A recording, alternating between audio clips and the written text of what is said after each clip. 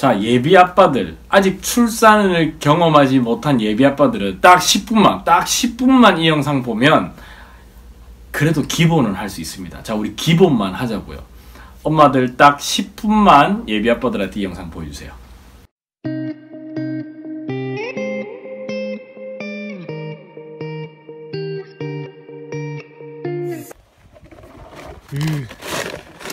정말 똥가루. 출산 과정에서 제일 힘들었던 점은 그런 거예요.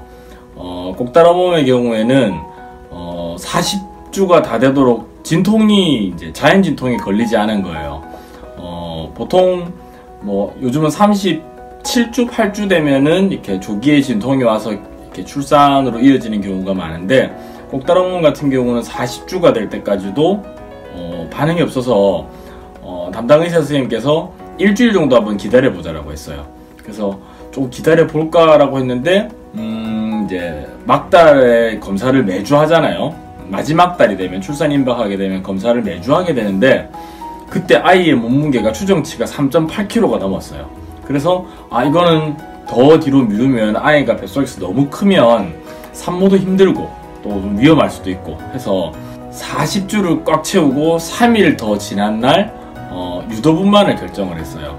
그래서 유도분만이 그 자궁 수축을 돕는 그런 촉진제를 맞거든요. 이 촉진제를 맞으면 이제 가진통의 어떤 수치라든지 이런 것들이 올라가기 시작해요. 막 그래프를 막 그리는데 한 75 이렇게 해서 3분 간격으로 계속 진통이 와요. 그런데 그게 병원에 따라서 좀 다를 수도 있는데, 저희가 다닌 병원에서는 오후 6시가 되니까 그 촉진제를 끄더라고요. 신기하게 촉진제를 끄면 아무런 반응이 없어지더라고요. 그래서 이렇게 되면 출산으로 이어질 수가 없는데 뱃속에서 아이는 더 크고, 그래서 이제 병원에서 권했던 게 이제 수술을 통해서, 제왕절개를 통해서 출산을 하자라고 했는데, 사실 이 결정은 되게 어려운 결정이었어요. 왜냐하면 제 몸에 칼을 대는 것 같았으면 제가 직접 결정을 내릴 수가 있는데, 내 몸에 칼 대는 것도 아닌데 보호자란 이름으로 이제 제가 동의를 해야 수술을 할 수 있는 어떤 그런 그림이었었거든요. 그런데 이게 수술을 하면 어쨌든 아무리 이제 의학이 발달한다고 하더라도 몸에 흉터가 남잖아요. 그래서 몸에 흉터 남는다는 것도 좀 있었고요. 그리고 뭐 1년에 한두 건이라고 하는데 자궁무력증이라고 있어요. 자궁무력증.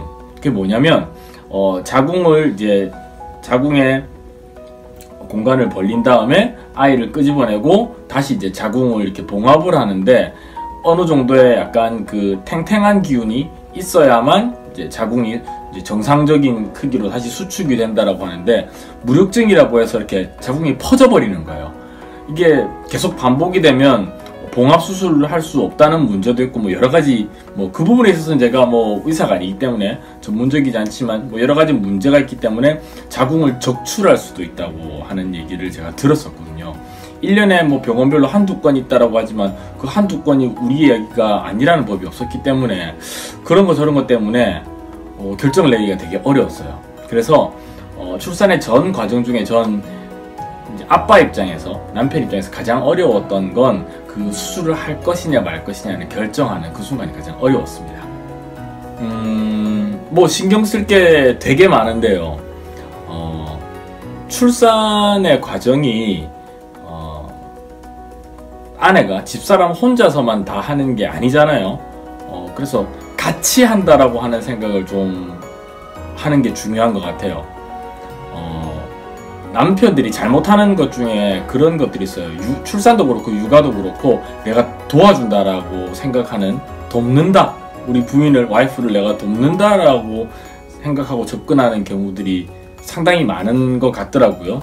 그런데 돕는다라고 하면 다른 사람의 일인데 내가 힘을 보태준다라고 하는 약간 그런 느낌이 있잖아요. 그래서 제 생각엔 그게 아니라 이건 내 일이다라고 생각하고 같이 뭔가 만들어간다고 생각하고 내 일이라는 생각으로 하는 게 좀 중요한 포인트인 것 같아요. 그리고 사실 뭐 어떠한 출산의 방법이 뭐 자연주의 출산이든 아니면 그 분만이든 제왕절개든 일단은 산모가 굉장히 힘들기 때문에 그 당분간만 출산 전후로 해서 당분간씩 최소한의 시간만이라도 완전히 몸종이 되었다 생각을 하고, 그래도 내가 사랑하는 그 집사람, 사랑하는 아내가 이렇게 출산을 하는 것이기 때문에 그냥 난 종이다 라고 생각하고 정말 열심히 하는 거, 열심히 이 케어를 하면서 서포트도 해주고 뭐 이런 게 좀 중요한 게 아닌가 싶은 생각이 들어요. 일단 출산이 이루어지면 이제 아이가 눈앞에, 원래는 집사람 뱃속에만 있었던 아이인데 실제로 이렇게 눈앞에 딱 나타나잖아요. 그러면 되게 많은 생각을 해봤어요. 어릴 때부터 막 드라마나 영화 같은 데 보면 막 아빠가 되면 와 나 막 아빠 됐어 막 이렇게 하잖아요. 근데 저 같은 경우는 되게 신기했어요.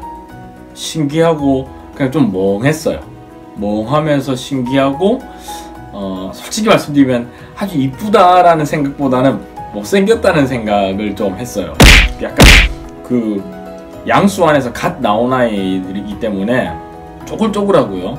약간 하얗고 빨갛고 약간 이런 기운들이 조금 있는 그렇게 생겼거든요. 그 형체도 아직 이렇게 막 잘 없고 그냥 생명체다 라는 느낌이 드는 정도의 그런 게 이제 신생아의 처음 상태예요. 그래서 제일 처음 봤을 때는 되게 막 감동 이런 거보다는 신기하다라는 생각이 저는 좀 더 앞섰던 것 같아요. 남편들이 출산과 관련해서 알아야 될 건 굉장히 많습니다. 전 다 몰랐어요. 실제로 한번 겪어보니까 뭐 이전에 한 10개월 동안 이제 집사람의 출산을 옆에서 서포트하는 입장, 같이 하는 입장이었던 것과 비교해 봤을 때 최근 며칠 동안 알게 된 것들이 훨씬 더 많은 것 같아요. 가장 먼저 좀 생각드는 게 그런 거예요. 그 남편들은 출산의 경험이 당연히 없잖아요. 그렇기 때문에 그 출산의 고통이라고 하는 게 그 출산의 그 순간만 고통이 있을 거라고 생각을 해요. 저는 그랬어요. 그냥 그래서 그 아이를 낳는 순간만 딱 아프고 이제 회복이 굉장히 좀 빠르게 된다라고 생각을 했어요. 그건 뭐 수술 제왕절개 방식도 마찬가지라고 생각을 했어요. 그냥 절개를 하고 아이를 꺼내고 다시 봉합을 하는 그냥 일반적인 그냥 수술, 뭐 손 여기 이렇게 상처나고 찢어졌을 때 꼬매는 것처럼 약간 그거보다 약간 더 아픈 정도? 회복도 되게 빠르고, 그래서 아기 낳는 그 순간만 고통스럽다고 저는 생각을 했어요. 물론 뭐 가진통도 고통스럽긴 하지만 어쨌든 그러니까 다시 말씀드리자면 아이를 출산 딱 하고 나면 고통이 없어지는 줄 알았어요. 거의 그날 중으로 고통이 없어지는 줄 알았는데 어떠한 출산 방법이라고 하더라도 회복의 차이가 있긴 하지만 고통이 없는 건 아니더라고요. 그래서 뭐 훗배알이라고 해서 아이가 나간 이후에 뱃속에서 뭐 가스가 찬다든지 여러 가지 이렇게 뭐 분비물들 그 오로라고 해서 약간 핏덩이 같은 것들이 나오는 경우도 굉장히 많거든요. 그 대부분 다 나와요. 근데 그런 것도 몰랐어요, 저는. 그래서 그 훗배알이가 생각보다 산모들이 심하다, 아이를 낳고 나서 뭐 그런 것도 좀 알고 있어야 될 것 같고요. 그리고 또 분만 같은 경우는 회음부 절개라고 해서 회음부를 이제 아이를 출산 좀 돕는다는 명목하에 회음부를 절개하는 경우들이 상당히 많은데 그 회음부 절개를 하면 앉는 게 굉장히 어렵대요. 고통스럽대요. 근데 남편들은 그런 거 잘 모르잖아요. 그리고 그거 이외에도 일단 가장 크게는 고통스럽다는 거가 있을 거고요. 그리고 또 신기했던 게 아이의 얼굴이 매일매일 바뀌어요. 매일매일. 그래서 처음 태어났을 땐 좀 약간 외계인같이 생겼다, 꼴뚜기같이 생겼다 이렇게 하더라도 조금 지나면 아이가 또 오늘은 아빠 닮았네? 근데 다음날 보면 또 엄마 닮기도 하고, 이게 한 며칠 동안 계속 얼굴이 조금씩 바뀌는 것 같더라고요. 한 일주일 정도는 그날 볼 때마다, 심지어 꼭다리 같은 경우는 귀에 이렇게 높이가 그날 볼 때마다, 전 처음에 제가 아이를 보는 각도가 달라져서 좀 그렇게 보이나 했는데 실제로 얼굴 형태가 조금씩 매일매일 바뀌어요. 그래서 그것도 좀 신기한 거, 남편들이 알아두면 당황하지 않을 만한 요소고요. 또 한 가지 더 말씀드리자면, 어쨌든 집안에 이제 새 생명이 태어났기 때문에 집안 어른들, 그러니까 뭐 본가가 될 수도 있고요, 처가가 될 수도 있고, 어른들이 많이 오시잖아요. 그 사이에서 적절한 어떤 그 교통정리라고 해야 될까요? 그런 것들도 남편분들이 미리미리 좀 생각을 해 놓으셔야 됩니다. 남편들이 챙겨야 될 거 굉장히 많죠, 이것도. 그런데 핵심은, 저 같은 경우는 일단 정신을 먼저 챙겨야 됩니다. 정신을. 저도 이제 그 꼭다라범 그 채널 운영하면서 사실 머릿속에 생각은 아이의 어떤 그 출산의 어떤 과정이라든지, 물론 그 아주 뭐 위급한 상황이나 이런 것들을 카메라를 들고 들어갈 수 없는 부분은 제외한다고 하더라도 나머지 부분을 좀 생생하게 담고 싶었었거든요. 근데 실제로 꼭다라범이 이제 수술을 해야 된다라고 하는 결정이 내려지고 나서부터는 머릿속이 좀 멍해져요. 멍해지고 한번 얼굴 한번 보고 수술실 들어가고 아이가 나올 때까지도 멍했어요. 저는 정신을 정말 못 차렸어요. 그래서 아이를 처음 딱 보고 나서 신생아실로 데려가거든요. 신생아실에 딱 데리고 가면 아이의 속사계까지 탁 벗긴 다음에 아빠가 아이 뭐 손가락 발가락 상태라든지, 그리고 뭐 두상이라든지 등이나 엉덩이, 허벅지 이런 데 어떤 문제점들이 있는지를 하나하나 체크를 하는데, 저는 사실 간호사분께서 손가락 개수 세고 발가락 개수 셀 때까지 그냥 기계적으로 손가락 하나 둘 셋 넷 다섯, 하나 둘 셋 넷 다섯 10개 맞죠? 하면 네. 발가락 하나 둘 셋 넷 다섯, 하나 둘 셋 넷 다섯 10개 맞죠? 네. 눈, 코, 입 다 했죠? 네. 이렇게 하고 넘어갔었어요. 그러다가 갑자기 아차, 내가 지금 뭐 하고 있나 라는 생각이 번쩍 들어서 정신을 챙겨야 되겠다 라고 해서 그 다음부터 뭐 하나씩 이렇게 간호사분이 이렇게 설명해 주시는 것도 다 챙겨 듣고요. 좀 자신이 없어서 그때부터는 이제 녹음도 했어요. 녹음. 간호사분 뭐 설명하시면 무조건 녹음. 그래야 내가 나중에 다시 듣고 알 수가 있으니까요. 그래서 챙겨야 될 거 1번, 일단 정신을 챙겨야 될 것 같고요. 그 다음으로 챙겨야 될 건 여러 가지 그 신생아 때는 어떤 건강이라든지 이런 것들이 굉장히 민감할 수가 있거든요. 저희 같은 경우는 큰 문제 없이 다 넘어갔는데, 일단 황달 수치가 일주일 정도는, 출생 이후 일주일 동안은 그 황달 수치의 변화에 따라서 신생아들이 입원으로까지 이어지는 경우도 있어요. 그래서 그 황달 수치를 체크를 꼭 해야 됩니다. 근데 잘 모르잖아요. 아빠들도 처음 아빠들이면 잘 모르잖아요. 그래서 영상 보시면 출산을 앞두고 계신 분들 같으면 꼭 그 얘기는 좀 간호사들한테 좀 어필해 주는 게 좋을 것 같아요. 병원에 따라서는 간호사분들이 신생아실에 있는 간호사분들이 미리 설명해 주시는 경우도 계세요. 황달 수치가 얼마입니다 라고 해주시는 분들도 계신데, 아빠가 그런 건 먼저 한번 좀 챙겨 주시는 것도 좋을 것 같아요. 그리고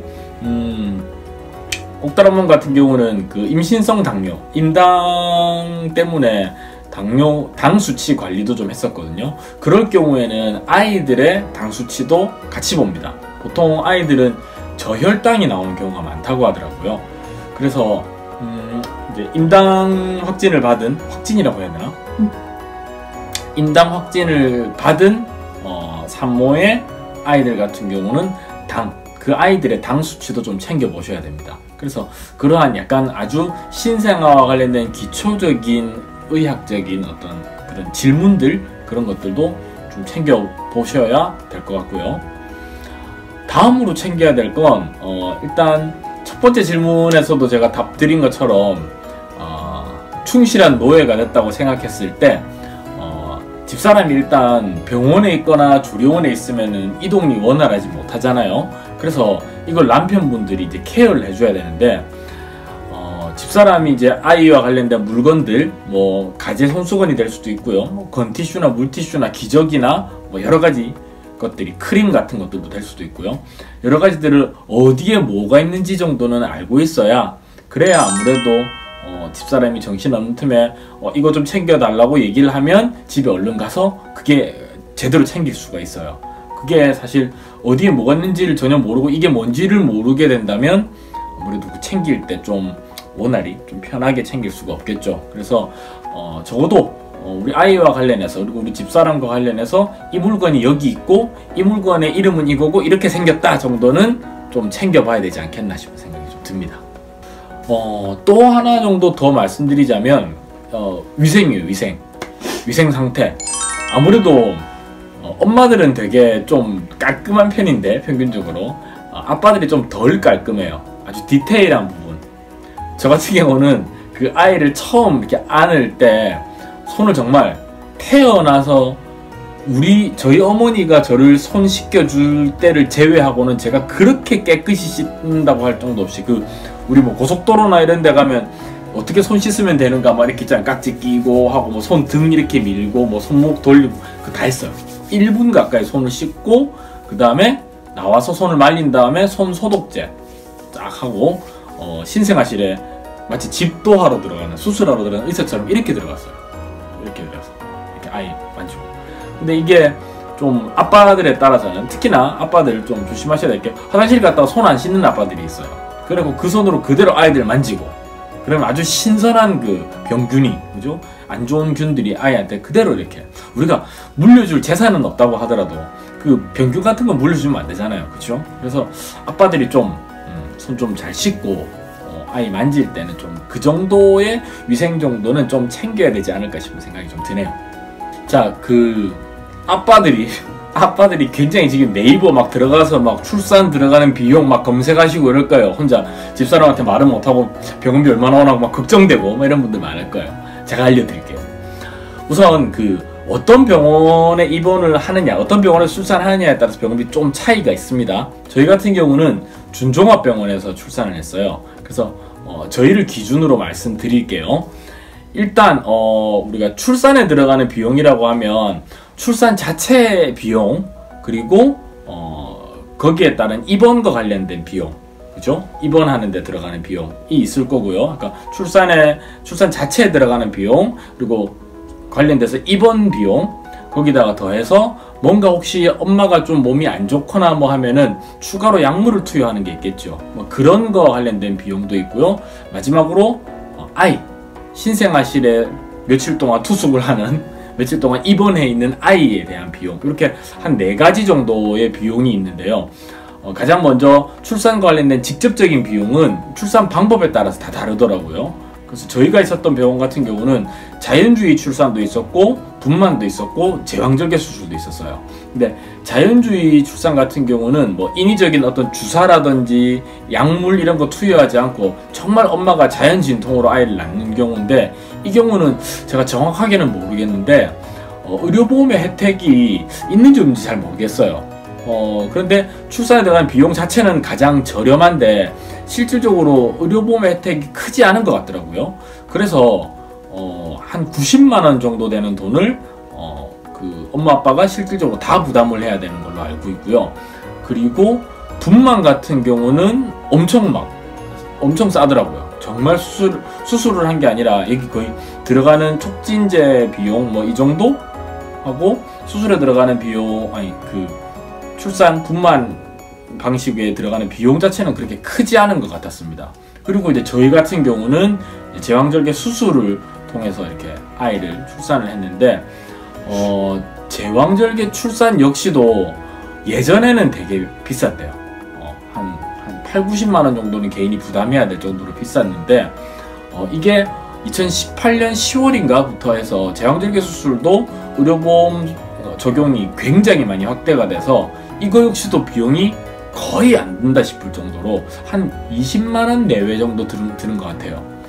여기다가 이제 입원 비용이 추가가 되겠죠. 입원 비용은 뭐 1인실에 있느냐 뭐 특실에 있느냐 다인실에 있느냐에 따라서 다른데요.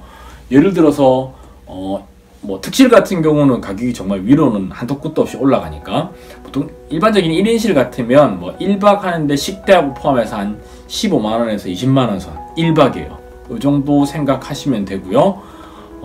다인실 같은 경우는 정말 돈이 안 들어갑니다. 다인실 같은 경우는 식대하고 다 포함해도 1박에 한 만원 돈 좀 넘지 않나 싶을 정도의 비용밖에 안 들어가더라고요.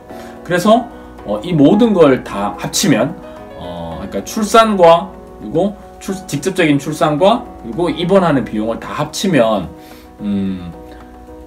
제왕절개 수술을 한 경우에는 40만원 언더로 비용이 들어갑니다. 입원비까지 다 포함해서요. 근데 여기에서 앞서 말씀드린 것처럼 어떤 약물을 투여한다거나 엄마가 뭐 많이 아파서 무통을 더 많이 맞는다거나 아니면 뭐 어떤 영양제라든지 피를 많이 흘려서 뭐 철분 아니면 뭐 수액 중에 뭐 특별한 걸 뭐 더 약물을 더 맞아야 된다고 하면 거기에 이제 들어가는 비용이 더 추가가 되겠죠.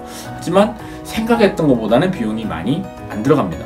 그리고 마지막 이제 그 아이와 관련된 아이가 직접 이제 신생아실에 있잖아요.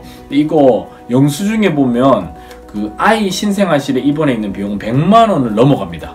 하지만 우리나라는 좋은 나라죠. 그 100만 원에 가까운 돈이 전부 다 의료보험 처리가 다 됩니다. 그리고 기본적인 요즘 같은 경우는 그 청력 검사라든지 여러 가지 검사들도 과거에 이제 그 유료로 진행했었던 뭐 소화 기능 검사 뭐 이런 것들까지도 지금 현재는 대부분 다 기본적인 거는 의료보험 처리로 다 됩니다. 그래서 아이는 한 만원, 2만원 돈 정도면은 그 입원해 있는 기간 동안 다 처리가 됩니다. 그렇기 때문에 실질적으로는 뭐 이렇게 항목을 쭉 다 보면 엄마한테 들어가는 비용이랑 아이한테 들어가는 비용 다 합치면 300만 원이 넘는다고 돼 있지만 의료보험 적용을 다 받고 나면 실질적으로는 한 40만 원 내외 정도면 보통 출산을 할 수 있는 것 같더라고요. 이 정도면 뭐 대답이 되지 않았을까요? 이 주의사항은 이 아빠들이 또 잘 들어야 됩니다.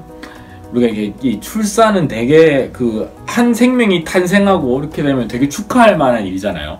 그래서 이제 집안 어른들이나 여러분들이 오셔서 막 축하를 해주세요. 이 축하를 해주면서 이제 우리는 또 그 미덕 봉투가 또 이렇게 많이 들어옵니다. 봉투. 뭐 입원비에 보태 써라, 맛있는 거 사 먹어라 라고 이렇게 해서 뭐 몇만 원부터 해서 뭐 몇십만 원 이르기까지 다 이렇게 막 현금을 주시는 분들이 많으세요. 그럼 이제 그게 애기 엄마는 그 출산한 지 얼마 안 됐으니까 그 신경을 쓸 틈이 없잖아요. 보통 이걸 이제 아빠들이 관리를 하는데 가끔가다 기분파 아빠들이 계시더라고요. 그 저희 같이 묵는 그 저희 다인실에 있었는데 다인실 그 입원실 안에도 다양한 애기 아빠들이 있거든요. 그 중에 이제 뭐 한 분 정도는 그걸 이제 나의 비자금 이렇게 다 쓰시더라고요. 어떤 분들은 뭐 하룻밤에 이제 술값으로 내가 오늘 우리 애기 태어났으니까 동료들한테 딱 술 사고 뭐 이렇게 해서 그 돈 다 쓰는 경우도 있고 가끔은 정말 가끔은 게임 아이템을 그 아이가 출산한 걸 기념해서 평소에 살 수 없었던 게임 아이템을 사시는 아빠들도 있습니다. 그러면 사실 엄마들 입장에서는 정말 막 빡침이 그게 정말 막 스팀 받거든요. 고생은 내가 다 했는데 돈은 저 새끼가 다 쓰고 그러면 안 돼요. 그래서 실제로 막 그 병실 안에서 쌍욕하면서 싸우는 부부들도 있어요. 진짜 있습니다. 그 돈 때문에. 그래서 아빠들이 제발 그 돈은 내 돈이 아닙니다. 아이하고 엄마하고 고생 제일 많이 했으니까 아이하고 엄마한테 들어가는 거기에 필요한 정도로만 그 돈을 쓰자고요. 얘기를 하다 보니까 계속 떠오르는데요. 이것도 아빠들이 조심해야 될 것 중에 하나입니다. 뭐냐면 그 집안 어른들이 뭐 꼭 다 그러시는 건 아닌데 혼자는 외롭다라는 말씀을 많이 하세요. 만약 아이가 첫째라면. 그래서 둘째에 대한 말씀을 이렇게 슬쩍 하세요. 뭐 전화 통화를 하시든 아니면 병문안을 와서 하시든 둘째 계획에 대한 얘기를 하시는데 이거를 아빠들이 커트를 잘 쳐줘야 됩니다. 왜냐면 입장 바꿔서 생각해보세요. 지금 목숨 걸고 아기 낳은 지 며칠 안 됐는데 집사람 누워있는데 이걸 또 해래. 그리고 사실 우리 양심에 손 얹고 아빠들은 그 집사람이 이게 아이를 임신해 있는 기간 동안에 술 먹을 거 다 먹고 할 거 다 했잖아요. 근데 엄마들은 그거 못 하잖아요. 사실 아이한테 좀 안 좋은 영향이 갈까봐 뭐 커피도 마음대로 못 먹고 인스턴트 식품도 좀 잘 못 먹는 경우도 많고 날 음식도 잘 못 먹고 막 그렇잖아요. 특히나 술도 못 먹고 맥주 한 캔도 못 먹잖아요. 그래서 그걸 그 기간 동안 참고 거기다가 또 정말 태어나서 한 번도 겪지 못했을 법한 고통까지도 같이 겪어서 애를 하나 낳았는데 와, 이 경험을 다시 또 해? 라는 생각이 들 거예요, 충분히.